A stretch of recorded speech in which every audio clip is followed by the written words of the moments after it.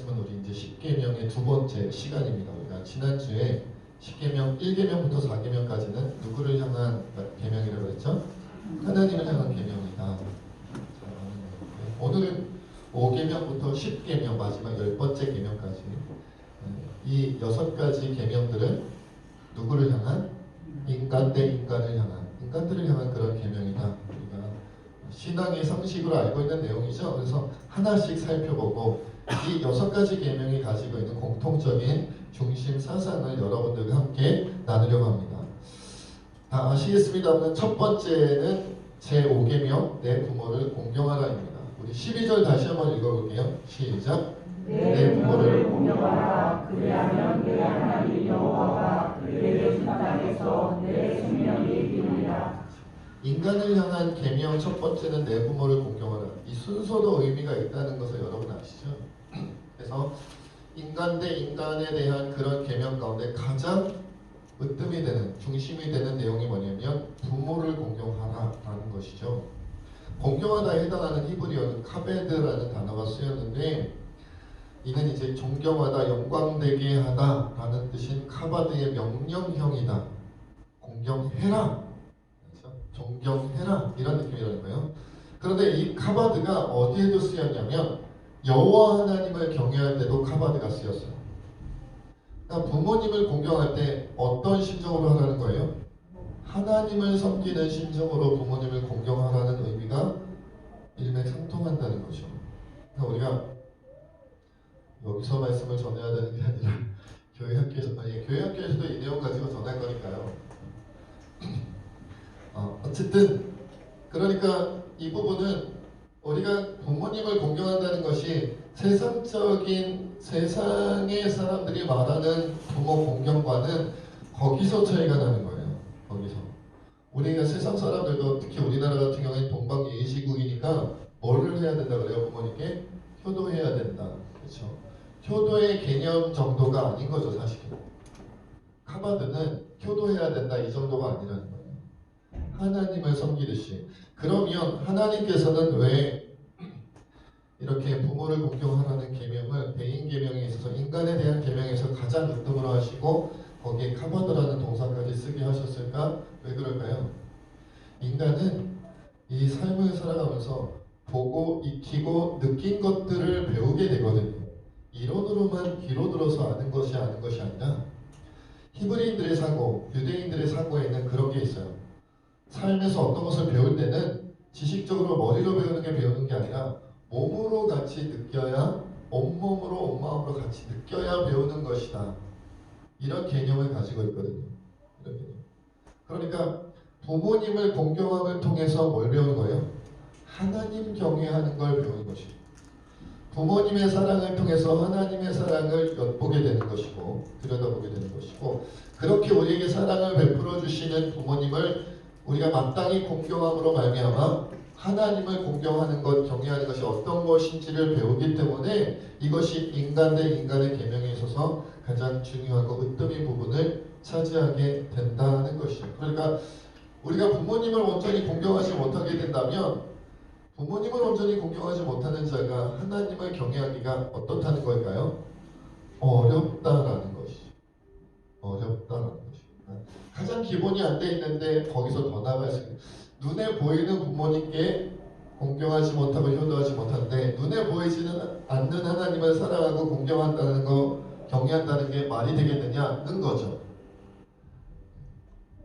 여기서는 이제 의의가 없는데 교회 예배 때도 어떨지는 모르겠습니다만은 물론 간혹 가다가 정말 부모지만 뭔가 인격이 무너져 있고 성품적으로 문제가 있는 그런 부모님들도 있을 수 있죠. 예외는 언제나 있게 마련인데 그런 예외까지 말하는 것은 아니죠. 그런 예외까지 말하는 일반적으로 부모와 자식 간의 관계에서 하나님은 무엇을 보아야 된다? 부모님을 통하여 하나님을 바라볼 수 있어야 된다는 거예요. 자, 그리고 단순히 부모님만 공경할 것이 아니라 이 부모님을 공경하는 걸 통해서 또 우리가 무엇을 덧붙여서 넓은 의미로 배울 수 있을까요? 곧 어른에 대하여 자신보다 연장자인 대상들에 대하여 뭘 해야 된다? 함께 공경함도 우리가 배워야 하겠죠. 자, 그럼 둘째로 넘어가겠습니다. 둘째는 제6계명 뭘까요? 함께 읽어볼까요? 시작. 살인하지 말라. 네, 잘 읽으시죠. 살인하지 말라. 살인하지 말라입니다. 부모님을 공경한 다음에 바로 이어지는 계명은 살인하지 말라예요.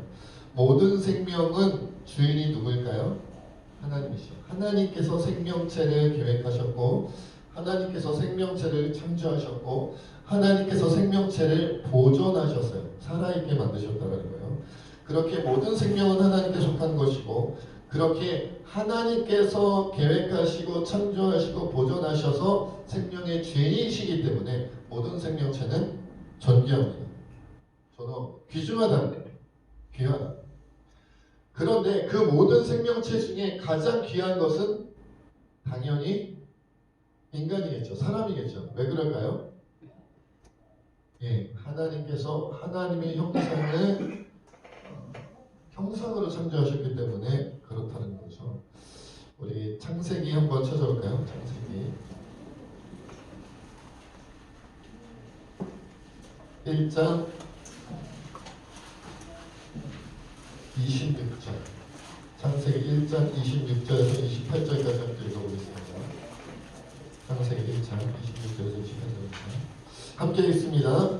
시작. 하나님이 이르시되 우리의 형상을 따라 우리의 모양대로 우리가 사람을 만들고 그들로 바다의 물고기와 하늘의 새와 가축과 나무와 땅에 있는 모든 것을 다스리게 하자 하시고 하나님이 자기 형상 곧 하나님의 형상대로 사람을 창조하시되 남자와 여자를 창조하시고 하나님이 그들에게 복을 주시며 하나님이 그들에게 이르시되 생육하고 번성하여 땅에 충만하라 땅을 정복하라 바다의 물고기와 하늘의 새와 땅에 움직이는 모든 생물을 다스리라 하시니라. 하나님의 형상을 부어서 만드시고는 온 세상 만물을 어떻게 하셨어요? 다스리게 하셨어요. 번성하게 하시고 다스리게 하셨어요. 그러니까 사람이라는 존재, 한 인간이라는 존재는 하나님의 형상을 닮은 또 천지기 노릇을 해야 되는 굉장히 중요한 존재로 창조하셨다는 거예요. 처음 천지창조 계획하실 때부터 그렇게 창조하셨다는 거죠. 그러니까 여러분 우리가 사람마다 인간마다 생김새도 다르고 여러 가지 모양도 다르고 성품도 인격도 다르고 여러 가지 능력도 다르고 다 다르지만 공통된 점은 하나님의 형상으로 지음받았다는 것이죠.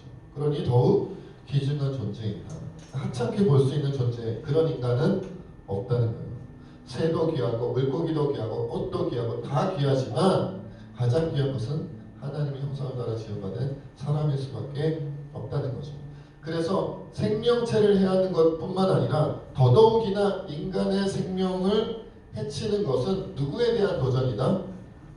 하나님께 대한 도전이 될 수밖에 없다는 거죠.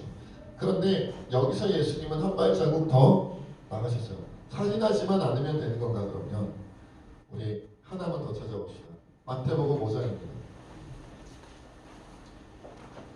마태복음 5장 21절에서 22절 23절까지 봅시다.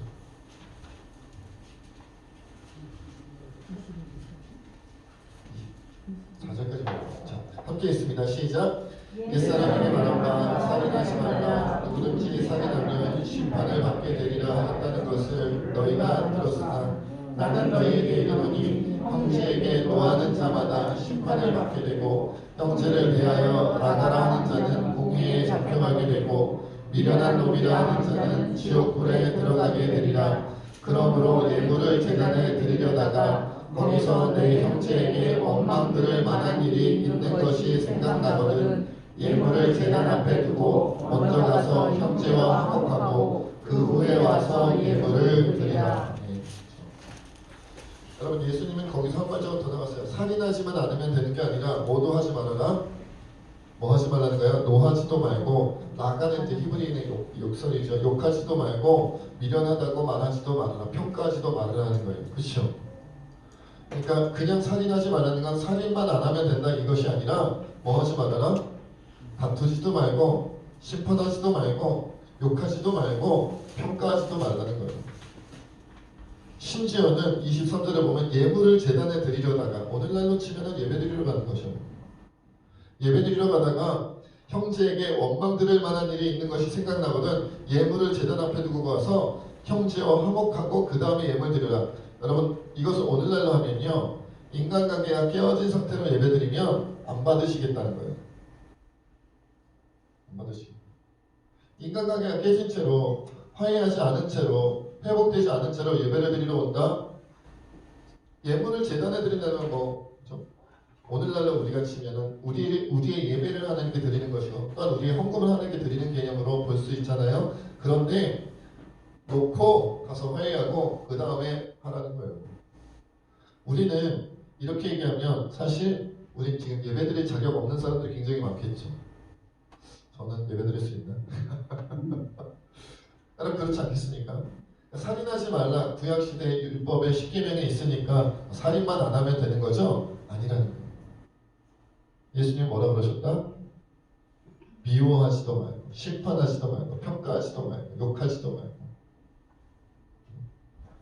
그것을 남겨둔 채로 그 마음에 남겨둔 채로 예배드리지도 마라. 예배도 드리지 말라는 거예요. 예전에 제가 그런 비유를 들었던 것 같아요. 여러분 만약에 여러분들이 여러분의 선물이랍시고 여러분의 귀한 은혜를 끼친 자들에게 선물을 주는데 거기다가 막 변소에 가가지고 화장실에 가가지고 이것도 붙이고 저것도 붙이고 그런 다음에 선물을 주세요. 선물이 100만원짜리예요. 값지죠? 너무 싼가? 1000만원. 기왕에 뭐 제가 실제로 하는 건데 1000만원짜리 1000만원짜리 선물을 드리면서 겉에다가 막 변치를 하고 막 그리고 나서 드리면 받는 분이 기뻐하겠죠? 그 1000만원의 가치 때문에. 아니죠. 안 드리는 것만 안 받는 것만 못하겠죠. 그 속에 있는 1000만원의 가치가 느껴지는 게 아니라 그 바깥에 쌓여있는 변칠이 느껴지지 않겠어요? 우리가 화해하지 않고 드리는 예배는 이것과 똑같다는 거예요. 그럴 경우만 예배드리러 오지 마라는 거죠. 우리는 깨끗한 옷을 입고 예배를 드려야 된다고 생각하고 깨끗하게 씻고 예배를 드려야 된다고 생각하는데 그거는 중요하지만 중요하지 않아요. 마음이 깨끗해야 하나님이 받으시고 마음이 깨끗해요. 살인하지 말라는 거를 그냥 죽이지 마라 이게 아니라 미워하지도 평가하지도 함부로 판단하지도 말하는 것이죠. 자, 이어서 세 번째는 제7계명 간음하지 말라입니다. 우리 14절을 읽어볼까요? 시작. 간음하지 말라. 하나님께서 천지창조할 때 한 남자와 한 여자가 만나 한 몸을 이루게 하셨죠. 찾지는 마세요. 창세기 2장 24절에 보면 이러므로 남자가 부모를 떠나 그의 아내와 합하여 둘이 한 몸을 이룰지로다. 이것은 하나님께서 만드신 거죠. 하나님께서 만드신 기준이에요. 최초의 공동체 부부죠. 가정이 아닙니다. 부부입니다. 한 남자와 한 여자가 한 몸을 이룬다. 그래서 간음함은 하나님의 최초로부터 있었던 천지창조 때부터 있었던 창조적 질서를 깨뜨리는 것이고 그러니까 하나님의 계획을 깨뜨리는 것이고 부부간의 사랑과 믿음, 순결의 관계를 깨버리는 죄악이죠. 그렇게 간음함은 남편 혹은 상대 아내에 대한 죄악이고 상대 가문에 대한 죄악이고 가족들에 대한 죄악일 뿐 아니라 더 나아가 누구에 대한 죄악이에요? 하나님께 대한 죄악이 됩니다. 그래서 성경에 보면 큰 죄를 저질렀을 때 항상 뭐라고 표현해요? 음행하였다. 하나님께 음행하였다라고 표현을 합니다. 살인과 간음은 거의 하나님의 신앙의 관점에서 보면 그렇죠? 비등비등한 죄악으로 여겨졌다는 거예요. 비등비등. 살인은 끔찍한 죄악으로 여겨졌다면 간음은 더러운 죄악으로 여겨졌어요. 그래서 우리 예수님께서는 마태복음 5장 지금 찾아 놓으셨죠? 한번 읽어볼게요. 마태복음 5장 27절로 28절에 이렇게 말씀하셨어요. 함께 읽습니다. 시작. 또 간음하지 말라 하였다는 것을 너희가 들었으나 나는 너희에게 이르노니 능력을 품고 여자를 보는 자마다 마음이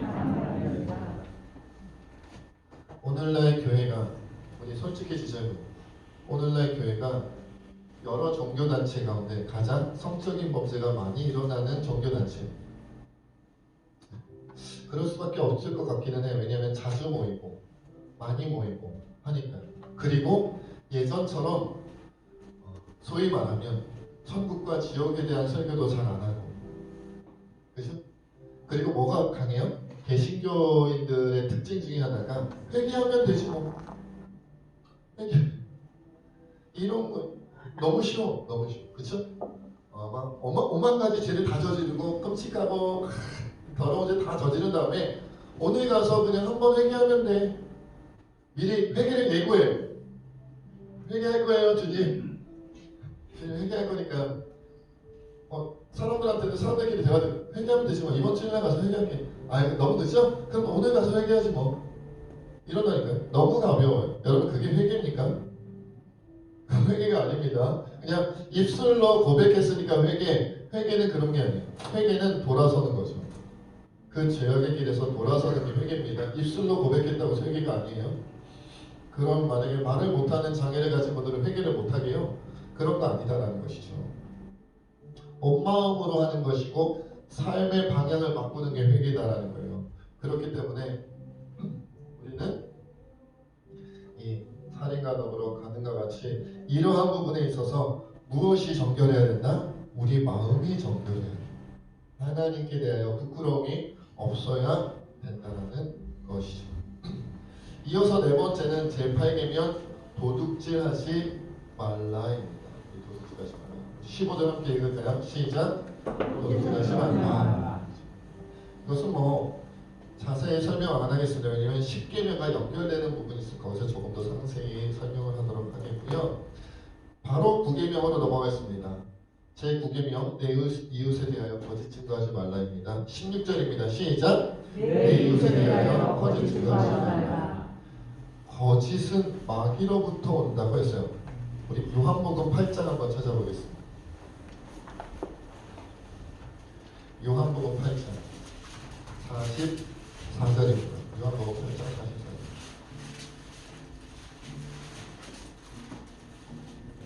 함께 읽습니다. 시작. 너희는 너희 아비 마귀에게서 났으니 너희 아비의 욕심대로 너희도 행하고자 하느니라. 그는 처음부터 살인한 자요 진리가 그 속에 없으므로 진리에 서지 못하고 거짓을 말할 때마다 제 것으로 말하나니 이는 그가 거짓말쟁이요 거짓의 아비가 되었습니다. 이 세상에 마귀가 등장하기 전에는 거짓이 없었다는 거예요. 죄도 없었겠죠. 마귀 사탄이 등장하기 전에는 죄도 없었을 뿐더러 무엇이 없었냐면 거짓이 없었는데 거짓이 생긴 것은 마귀가 등장하면서부터 거짓이 생긴 거예요. 거짓말이라는 것이 생겼다는 거죠. 그러니까 우리가 세상에서 거짓말은 큰 죄예요, 작은 죄예요? 작은 죄로 여겨지지만 그 배후에 그 아비가 거짓의 아비가 마귀다 사탄이다라는 것을 알게 되면 작지 않다는 것을 느낄 수가 있어야 되죠. 그런데 그냥 거짓말하지 말라고 하지 않고 뭐라고 했어요? 내 이웃에 대하여 거짓 증거하지 말라 그랬단 말이에요. 여러분 앞에 8계명은 도둑질하지 말라, 7계명은 간음하지 말라, 6계명은 살인하지 말라. 대상도 없고 설명도 없어요. 그렇죠? 그런데 9계명은 이웃에 대하여 거짓 증거하지 말라고 대상도 있고 뭔가 좀 거짓말도 아니고 거짓 증거라고 좀 부연 설명도 되어져 있단 말이죠. 그러니까 그냥 거짓말일 뿐만 아니라 구체적으로 위증의 죄를 거짓 증거로 위증의 죄를 저지르는 것에 대하여 구체적으로 하신 말씀이에요. 구체적으로. 신명기 19장에 보면 그런 말씀이 있습니다. 사람의 모든 악에 관하여 또는 죄에 관하여는 한 명의 증인으로만 정할 것이 아니요 두 증인의 입으로나 또는 세 증인의 입으로 그 사건을 확정할 것이며 만일 위증하는 자가 있어 어떤 사람이 악을 행하였다고 말하면 같이 재판을 받고 하면서 거짓 증거하여 그 형제를 거짓으로 모함한 것이 판명되면 그가 그의 형제에게 행하려고 꾀한 그대로 그에게 행하여 너희 중에서 악을 제하라고 주님 말씀하셨습니다. 구체적으로 재판장에서 거짓 증거하여 위증하여 무고한 자를 죄가 있게 만들려고 했다면 그대로 갚아주라는 말씀이시죠. 위증의 죄는 무죄를 유죄로 만들기도 하고 유죄를 무죄로 만들기도 하죠. 위증의 죄는 가벼운 죄를 무거운 죄로 만들기도 하고 무거운 죄를 가벼운 죄로 바꿀 수도 있죠. 이것에 대하여 반드시 처벌해야 한다라고 주님이 말씀하시는 거예요. 아마도 이 십계명이 만들어졌던 그 시기에 위증의 죄가 많았나 봅니다. 왜 위증을 할까요? 그 이유는 여러 가지가 있을 수 있겠죠. 피고라고 하는 그 죄인으로 서 있는 자에 대하여 좋지 않은 감정을 가지고 있거나 아니면 자기에게 유리한 증언을 하기 위해서 위증을 할 수도 있지요. 분명한 것은 위증의 죄라는 것은 기본적으로 상대방에 대한 뭐가 없는 거예요? 사랑의 마음도 믿음의 마음도 다 배반한 것이죠. 다 무시해버리는 거예요. 나를 위해서거나 나의 악한 감정을 위하여 나의 좋지 않은 감정을 위하여 거짓말로 증거를 들이대는 것이니까요. 그렇죠? 그러니까 오늘날 우리 교회 안에서도 여러분 우리는 위증의 죄를 우리가 범할까요? 범할 수 있습니다. 아까도 우리가 살인하지 말라 그런 데서 얘기를 했지만 우리가 판단한 것, 우리가 느낀 것, 우리가 깨달은 것이 정말 100% 진리일까? 그렇지 않을 가능성도 많이 있다는 거예요. 내가 아는 것이 하나님께서 아시는 것과 동일할까요? 그럴 리가 없습니다. 내가 갖고 있는 경험과 지식이 하나님께서 갖고 계신 지식과 비슷할까요? 비슷하지도 않습니다. 내가 아는 것, 내가 느낀 것, 내가 깨달은 것이 터무니없을 경우도 많이 있습니다. 굉장히 잘못되었을 가능성도 있어요. 그러니까 우리는 함부로 확신해가지고 증거하면 안 됩니다. 몰아붙이면 안 됩니다. 제가 교회 안에서 그런 경우를 참 많이 봅니다. 교회에는 비판하면 안 된다라고 예수님 가르치셨고 비판도 안 되는데 정죄가 되겠어요? 말이 안 되죠. 그런데 오늘날 한국교회는 비판과 정죄가 난무합니다. 그냥 하루도 잠잠하지 않아요. 하루도 잠잠하지 그냥 서로 비판하고 서로 비난하고 서로 정죄하고 그냥 자기도 죄인이면서 다 죄인을 만들어요. 죄인을 만들어야 직성에 풀리는 모습입니다. 왜 하나님께서 거짓말하지 말라 제9계명 거짓말하지 말라 이러고 끝내면 되잖아요. 근데 왜 구체적으로 너의 이웃에 대하여 거짓 증거하지 말라고 대상도 정하고 그냥 거짓말이 아니라 거짓으로 증거하지 말라고 했을까요? 그것은 더더욱 우리에게 뭐가 필요하다는 걸 말하는 거예요? 우리에게 사랑과 은혜와 배려가 필요하다는 말씀을 하고 싶습니다. 자, 마지막으로 10계명입니다. 10계명 함께 있습니다. 17절입니다. 시작. 내 이웃의 집을 탐내지 말라. 내 이웃의 아내나 그의 남종이나 그의 여종이나 그의 소나 그의 낙이나 무릇 내 이웃의 소유를 탐내지 말라. 제가 어렸을 때는 10계명 외우면서 1계명 2계명 막 쭉 외우다가 제 10계명 내 이웃의 집을 탐내지 말라 이렇게 외웠었어요. 그래서 집만 안 탐내면 돼. 차는 탐내도 돼, 막 옷은 탐내도 돼, 막 이렇게 생각했단 말이에요. 예, 사실 중요한 건 뭐예요? 내 이웃의 소유를 탐내지 말라는 것이죠. 소유물을 탐내지 말라. 집만 안 탐내면 되는 거 아니에요? 자, 10계명은 그래서 결국 탐심을 금지한다는 계명이에요. 탐심 금지에 대한 계명입니다. 탐심 혹은 욕심은 탐심, 남의 것을 탐하는 것, 내 욕심과 연결이 되죠. 이것이 사실은 작은 문제가 아닙니다. 안 찾으셔도 돼요. 골로새서 3장 5절로 6절에 보면 이런 말씀이 있어요.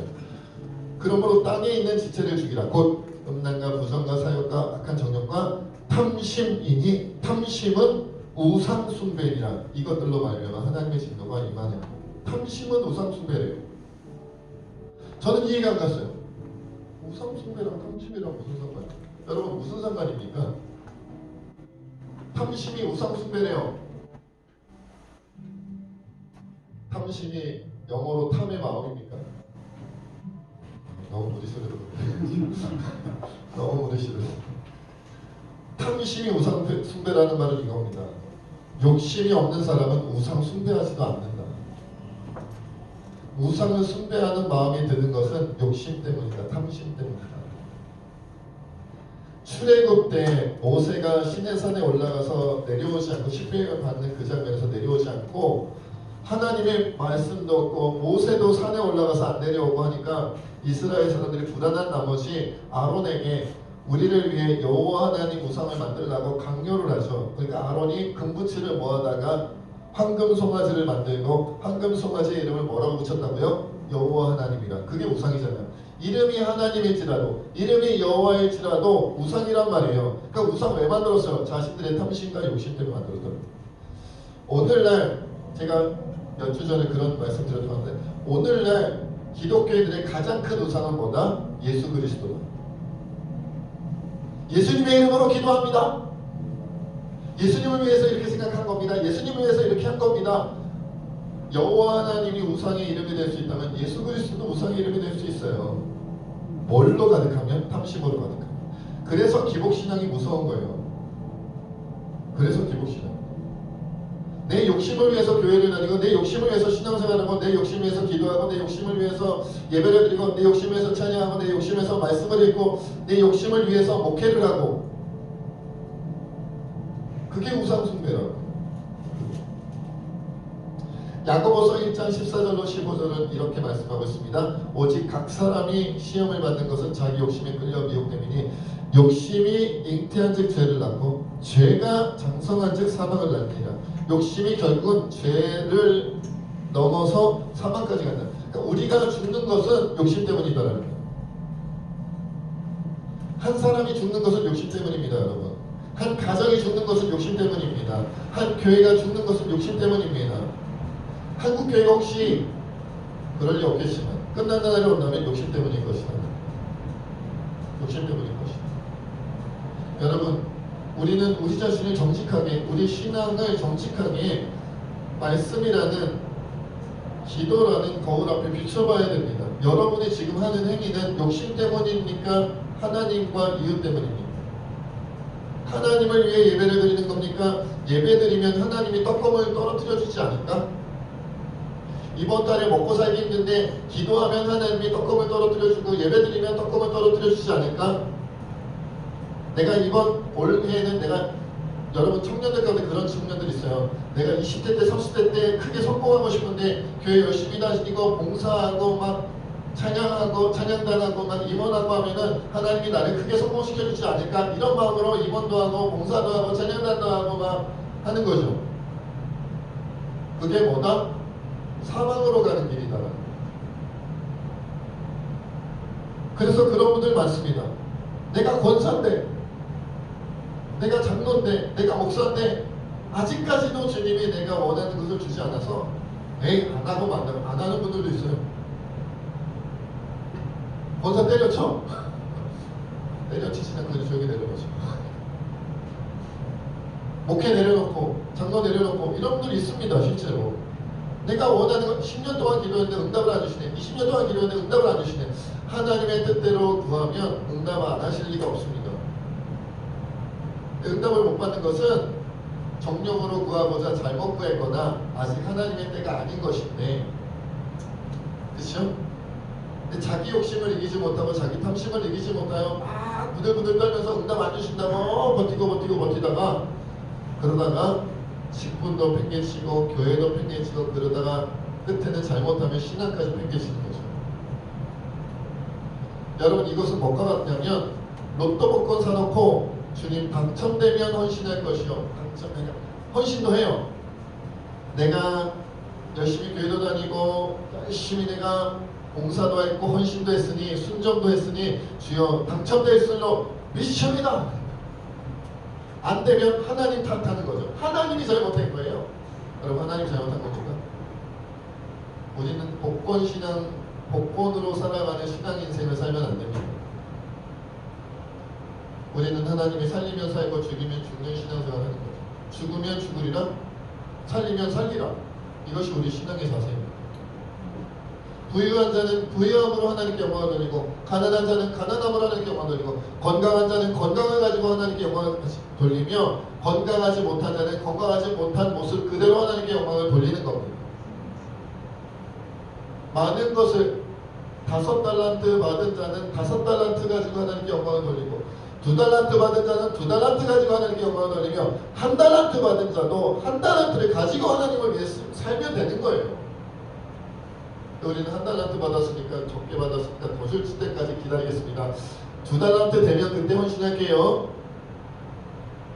쫓겨나 슬피 울며 이를 갈미 있으리라. 이것이 하나님의 말씀입니다.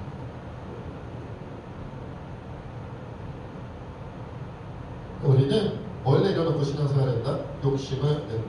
여러분, 교회 처음 다닐 때보다 10년 뒤에 우리 재산이 늘어나야 되잖아요. 그런 법이 어디 있어요? 교회 다니기 전보다 교회 다니고 한 20년쯤 지나면 내가 더 승진도 많이 하고 장사도 막 더 많이 되고 매출도 올라가고 사업도 크게 되고 그래야 되잖아요. 그냥 조속히 사망으로 가시는 게 낫습니다. 하나님 원망하시지 말고 그냥 빨리 죽음의 길로 가십시오, 여러분. 그런 말씀은 성경에 없습니다. 그런 말씀 없어요. 그거는 기독교가 아니니까 무속신앙으로 빨리 가십시오. 그쪽이 훨씬 효과적일 수 있습니다. 마귀가 많이 도와줄 겁니다. 점치면 탁탁탁 알려주고 붓하면 막 착착착 성공하고 장사 잘 될 겁니다. 돼지머리 올려놓고 콧구멍인지 입인지 아무튼 거기다가 돈도 이렇게 집어넣고 비나이다 하십시오. 그쪽이 훨씬 빠릅니다. 효과적입니다. 기독교는 하나님의 뜻대로 말씀대로 사는 겁니다. 그리고 믿음으로 주님의 때를 기다리는 겁니다. 우리 시간 함께 하는 앞에 그렇게 기도하며 나가야 됩니다. 주여, 우리가 정말로 인간을 사랑하는 그리스도인 되게 하여 주옵소서. 살인하지 않을 뿐만 아니라 우리가 미워하지도 판단하지도 심판하지도 않아 행실로만 죄를 저지르지 않았다 하여 괜찮은 것이 아니라 마음으로도 죄를 짓지 아니하며 욕심을 내려놓고 이웃에 대해 거짓 증거하지 아니하고 정말로 하나님께서 말씀하시는 하나님의 형상 담은 예가는 내 마음을 다하여 사랑할 수 있게 되고 이 시간 함께